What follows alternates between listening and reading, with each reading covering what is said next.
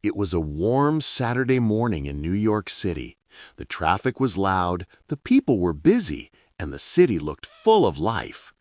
Tom, Lisa, and Max were walking to the park after school. They were all 15 years old and best friends. Tom liked science, Lisa loved photography, and Max loved skateboarding. While sitting on a bench, Tom said, "I want to see something new today. I'm bored of the park." Lisa laughed. "Maybe we will find a new adventure." Max smiled, holding his skateboard. "I'm ready for anything." They walked around the park and found an old steel door behind the bushes. The door had "Metro Access, Do Not Enter" written on it. It looked very old and dirty. Lisa took a picture. "What is this place?" she asked. Tom pushed the door a little. It opened slowly with a creaking sound. Behind the door was a dark tunnel going down. A cold wind came from inside. "Should we go?" Max asked, a little scared. Lisa turned on her phone's flashlight. "Let's look quickly," she said.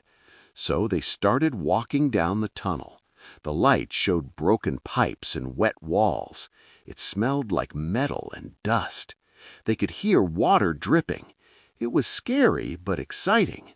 Tom said softly, "Maybe this is part of the old subway." But he was wrong. It was something different. At the end of the tunnel, they saw another door made of silver metal, shining even in the dark. The door had strange symbols on it that looked like stars and lines. Tom touched one symbol, and it started to glow. The glowing door opened by itself. The friends looked at each other in surprise. "Whoa, it's automatic," Max said. They stepped inside.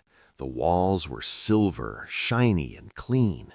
There were blue lights on the floor and roof. The air felt cool and smelled different, like something from space. Lisa took more pictures. "This is not part of the subway," she said. Tom found a small control panel. It had buttons with strange shapes.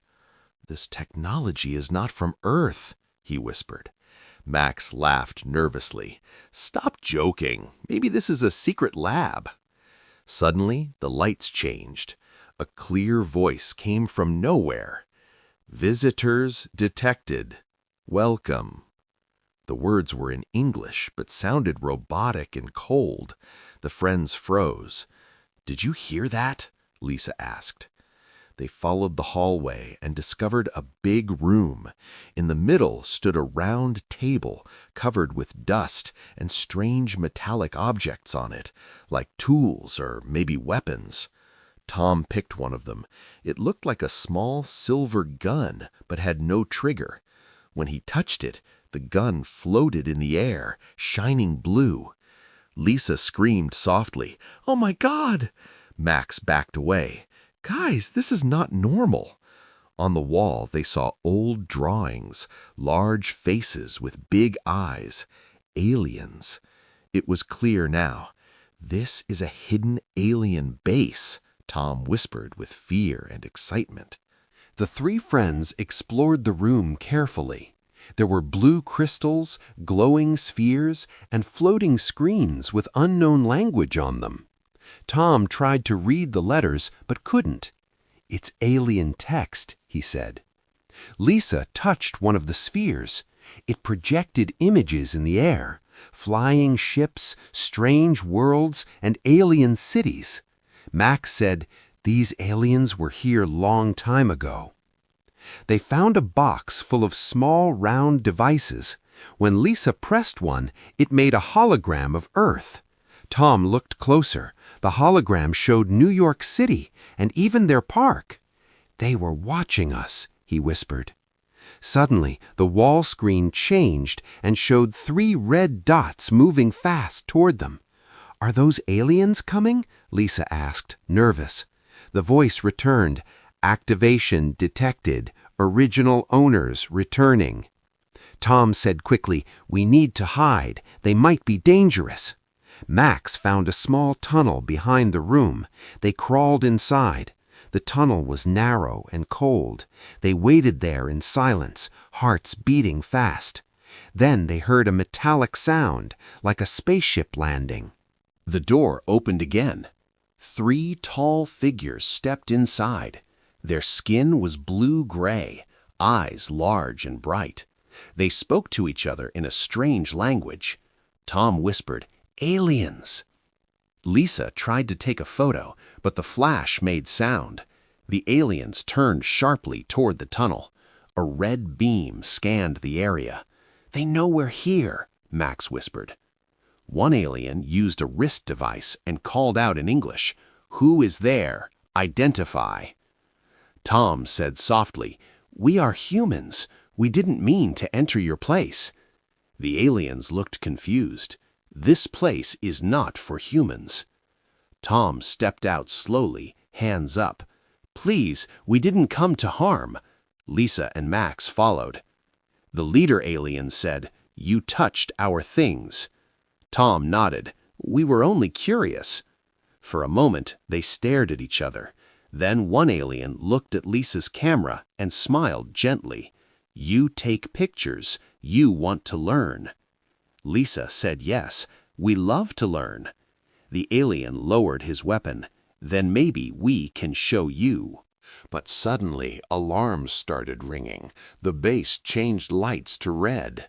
Another group of aliens appeared, aggressive and angry. "Humans must leave," they shouted. Tom grabbed the floating gun he saw earlier. "I can use this to protect us." The gun turned on and made a blue light beam. Max picked another tool. It looked like a shield. Lisa shouted, "Don't fight. Maybe they don't want war." The aliens fired small energy bolts toward them. Max blocked with the shield, sparks flying. Tom aimed at the ground near the aliens to scare them. After some seconds, the leader alien returned and stopped everyone. "Stop, no fight," he said. The lights turned back to blue. Tom dropped the gun. "We didn't want to hurt you." The leader sighed. "There is misunderstanding. Some of us think you are enemies, but you are not." Lisa smiled. "Then maybe we can be friends." The alien agreed. "Friends, yes." After everything calmed down, the aliens invited the teens to sit near the glowing table. They showed them pictures of space, stars, and their old world far away. Tom asked, "Why are you here?" The alien replied, "We came to Earth many years ago. We studied humans. We hid under your city to watch quietly." Lisa said, "That's amazing. You learned about us?" "Yes," the alien said. "We wanted to help protect this planet from danger." Max asked, "Can we visit your world?"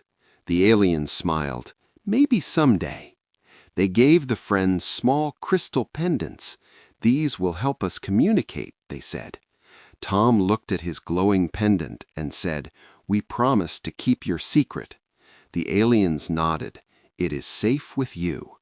Before leaving, the friends shook hands, human and alien hands together, a moment of peace and understanding. When the teens finally came back to the park, the sun was setting. Everything looked normal again. No one knew what happened under New York. Lisa said softly, "We made history today." Tom looked at his pendant, glowing faintly.